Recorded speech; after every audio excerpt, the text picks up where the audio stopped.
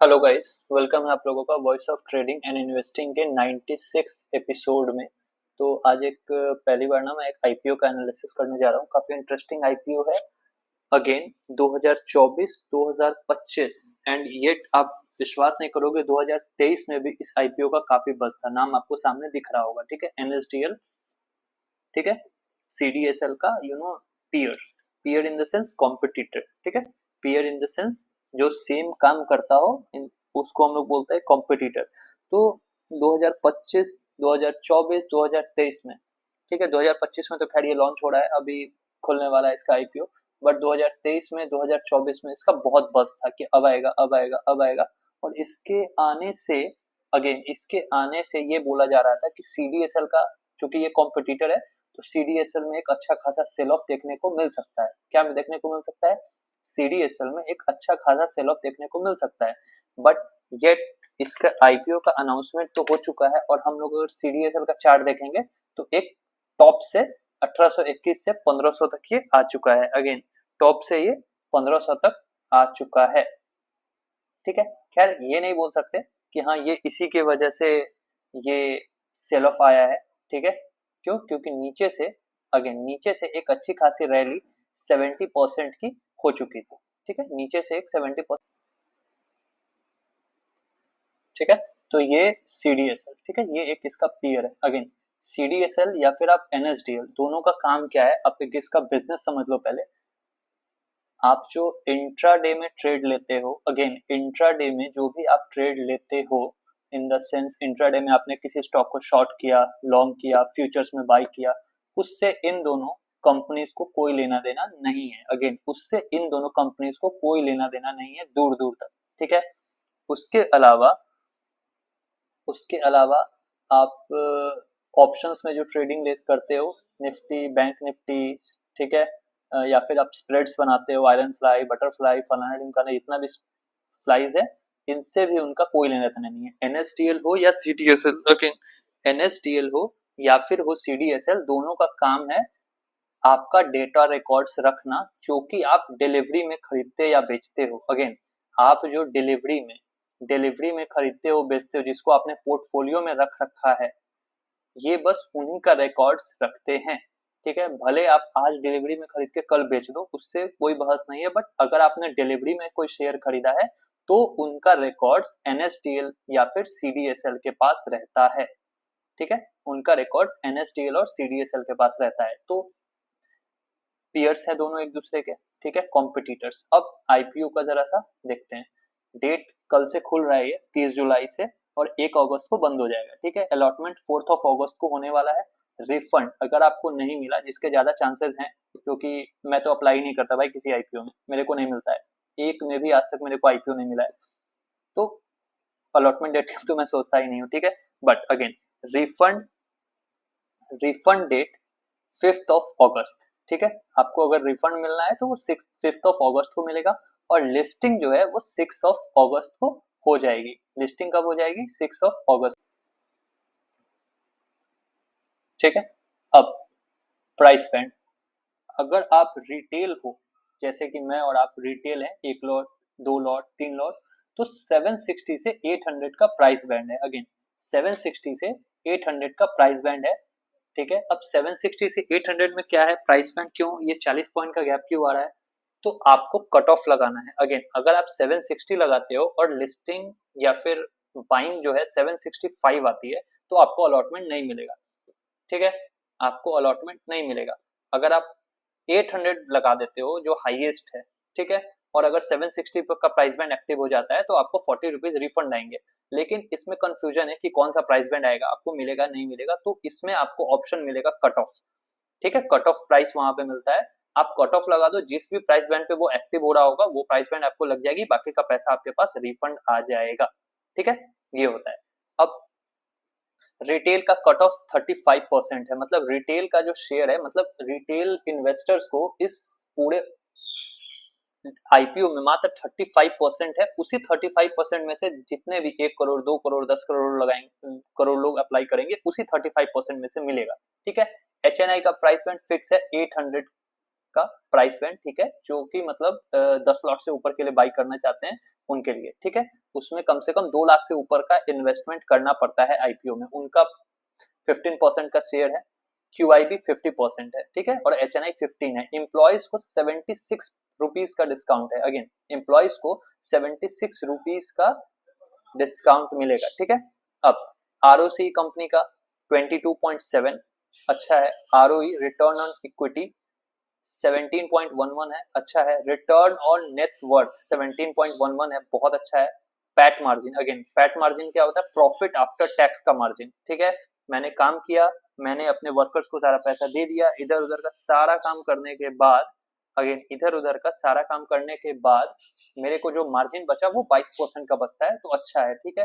अब pre IPO PE ratio मतलब क्या? अभी आईपीओ आने से पहले, मतलब जिस प्राइस बैंड पे ये लॉन्च हो रहा है, ये 46.63 का पी रेशियो है, ठीक है। सीडीएसएल जो इसका पीयर कॉम्पिटिटर है, उसका पी रेशियो कितना है? 68 का है, सॉरी यहाँ परसेंट लगा हुआ है, 68 का पी रेशियो है, ठीक है।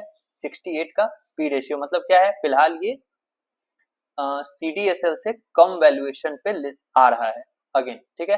जीएमपी 15% का चल रहा है, 15 से 17% का, मतलब क्या हुआ?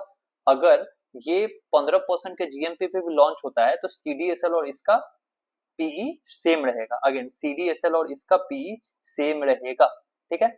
अब इसके फाइनेंशियल्स देखोगे तो थोड़े छोटे हैं, मैं आपको रीड करूंगा। एसेट्स 2093 था 2023 में, 2024 में 2257 हो गया, बढ़ गया।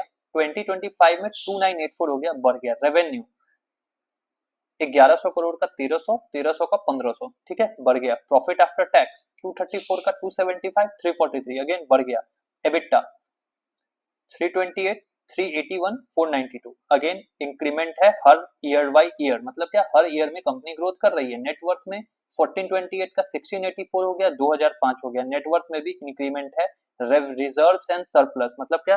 कंपनी अपने इमरजेंसी के लिए जो पैसे रखती है, पहले 199 करोड़, 216, अचानक से देखो साल भर में बैठ के बढ़ के 2005 करोड़ हो चुका है, मतलब क्या? रेवेन्यू एंड सरप्लस भी बहुत ही ज्यादा अच्छा है। अगेन रेवेन्यू एंड सरप्लस भी बहुत ही ज्यादा अच्छा है। तो फिलहाल के लिए कंपनी का सब कुछ अच्छा लग रहा है देखने में, ठीक है। अब इसमें एक पिंच ऑफ सॉल्ट आप कहोगे, वो बात क्या है? वो मैं आपको बताता हूँ। पिंच ऑफ सॉल्ट में क्या है कि कुछ लोग बहुत ही होते हैं शातिर, अगेन, ठीक है, कुछ लोग बहुत होते हैं शातिर, तो उनका जो ये शातिरपंती है ना, वो कभी कभी उनके लिए फायदेमंद होता है, बट कभी कभी इन केस थोड़ा सा बैकफायर करता है। इस केस में ये बैकफायर एनएसडीएल ने बैकफायर किया है, ठीक है। क्यों? अनलिस्टेड शेयर्स अनलिस्टेड मार्केट में, ये मतलब 2 साल से ये बस था, ठीक है, 2 साल से ये बस था। अनलिस्टेड मार्केट में स्टॉक जो है 20% का करेक्शन कर चुका है। अगेन अनलिस्टेड मार्केट में एनएसडीएल का शेयर 20% करेक्शन कर चुका है ऊपर से। अब अनलिस्टेड मार्केट में फिलहाल इसका प्राइस 1100 के आसपास चल रहा है। अगेन अनलिस्टेड मार्केट में फिलहाल इसका प्राइस 1100 के आसपास चल रहा है, और अभी का प्राइस बैंड आया है 760 टू 800, मतलब क्या? आप अपर साइड भी रख लो 800, मतलब क्या है? जिन भी लोगों ने अनलिस्टेड मार्केट में इस कंपनी के शेयर्स को खरीदा है वो लॉस में रहेंगे। अगेन वो लॉस में रहेंगे। अगर इसका जीएमपी 15% छोड़ दो, 20% के भी जीएमपी ग्रे मार्केट प्रीमियम पे लिस्ट हो जाता है, फिर भी अगेन फिर भी वो लोग लॉस में ही रहेंगे, ठीक है। फिर भी वो लोग loss to neutral, again loss to neutral रहेंगे। तो ये लॉस मेकिंग एक तरह से उन इन्वेस्टर्स के लिए जिन्होंने इसे अनलिस्टेड मार्केट में खरीद रखा है, इतने दिन से उनके पास ये शेयर्स हैं, ठीक है, जिन्होंने बेचा नहीं, अगेन जिन्होंने बेचा नहीं, अभी भी उनके पोर्टफोलियो में अनलिस्टेड मार्केट में ये शेयर है, और अब लिस्ट होगा तो उनको भी डिमेटलाइज कराना होगा। मतलब क्या है? अब आप अनलिस्टेड मार्केट से लिस्टेड मार्केट में आ गए तो उनको अपने ये शेयर्स उनके डीमैट अकाउंट में मिलने वाले हैं, ठीक है। तो वहां पे ये न्यूट्रल होने वाले हैं, ठीक है। 1100 उधर भी 1100 उधर भी, मतलब ले दे के पिछले 4 साल 5 साल का जो इनका इन्वेस्टमेंट था वो जीरो हो चुका है। उनको कुछ भी रिटर्न फिलहाल के लिए नहीं मिल रहा है। अगेन अनलिस्टेड मार्केट्स में अब किसी ने 200 300 पे खरीदा होगा तो उसको रिटर्न मिल रहा है, बट अनलिस्टेड और लिस्टेड मार्केट में क्या फर्क होता है? कोई भी बंदा अनलिस्टेड में ये सोच के खरीदता है ना कि मैं अनलिस्टेड में खरीद लेता हूँ, जैसे ही ये लिस्ट होने जाएगा मेरे को 100 150 गुना प्रीमियम मिलेगा। मतलब क्या? उनका उम्मीद ये था कि 1100 का ये जो शेयर है ये 2200 के आसपास लिस्ट हो जाएगा, ठीक है। मैं पैसे लूंगा और एग्जिट मार लूंगा, बट ऐसा हुआ नहीं। ठीक है, ये न्यूट्रल लॉन्च हो रहा है, न्यूट्रल इसकी न्यूट्रल उम्मीद है कि ये आईपीओ प्राइस पे आएगा। ठीक है, लिस्टिंग के बाद भी 15-16% का कोई बहुत ज्यादा जीएमपी नहीं है मेरे भाई। ठीक है, अब इसमें अप्लाई करना है या नहीं, अगेन कंपनी अच्छी है। ठीक है, कंपनी अच्छी है। आप एक मैं आपको दिखाता हूँ LIC का चार्ट। ठीक है, चार्ट खोल के रखेंगे, उसके बाद मैं आपको डिस्क्राइब करूंगा। ठीक है, ये है LIC। ठीक है, अगेन NSDL कंपनी अच्छी है, नो डाउट। ठीक है, एक तरह से आप इसको गवर्नमेंट बॉडी ही मान लो। क्या मान लोगे? एक तरह से आप इसको गवर्नमेंट बॉडी ही मान सकते हो।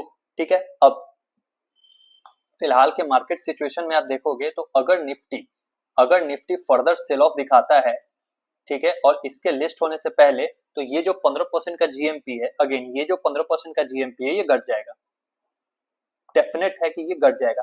आज तक का रिकॉर्ड है, कोई भी बड़ा आईपीओ, अगेन कोई भी बड़ा आईपीओ कोई बहुत ही ज्यादा तगड़ा रिटर्न देके नहीं गया है। चाहे आप Hyundai ले लो, या फिर आप LIC को रख लो, या XYZ कोई भी ले लो। ठीक है, प्लस मैं इस आईपीओ में अप्लाई करता अगर इसका जीएमपी 80%, 70%, चलो 50% भी रहता। क्यों?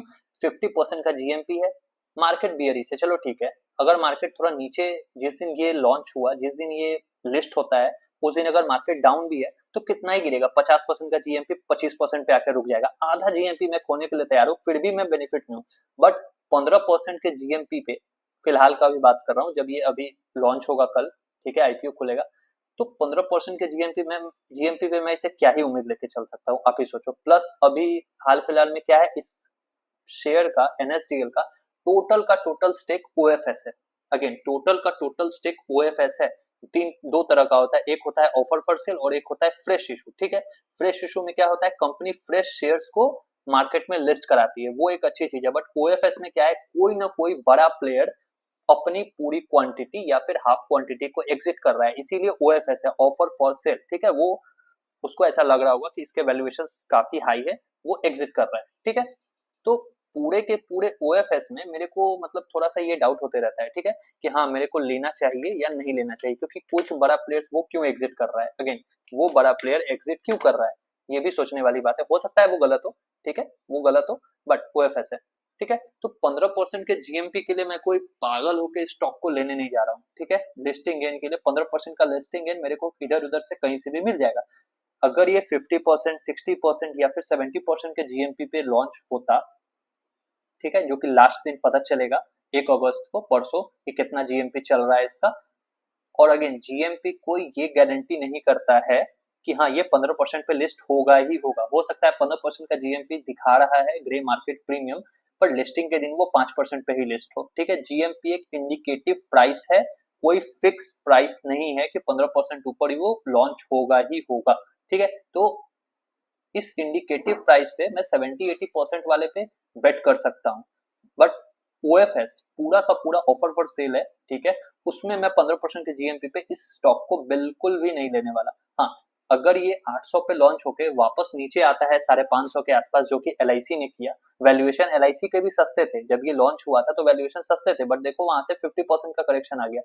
अगर ये 800-900 पे लॉन्च होके नीचे 700, 750, 600 के आसपास आता है, ठीक है, तो मैं इंटरेस्टेड हूँ इसको इन्वेस्टमेंट के लिए लेने के लिए। ठीक है, क्यों?